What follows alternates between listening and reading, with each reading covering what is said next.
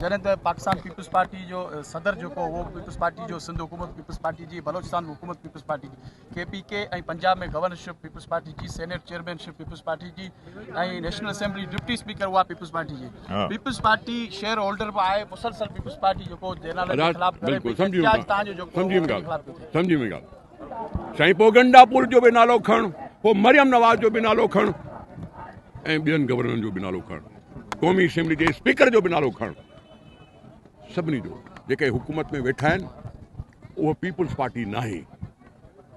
Scheme जॾहिं ज़रदारी साहब पंहिंजे मुश्तरका इजलास में चयो त हुकूमत वफ़ाक़ी हुकूमत यकतरफ़ो फ़ैसिलो कयो जेको आहे उहो पाकिस्तान खे तोड़ींदो।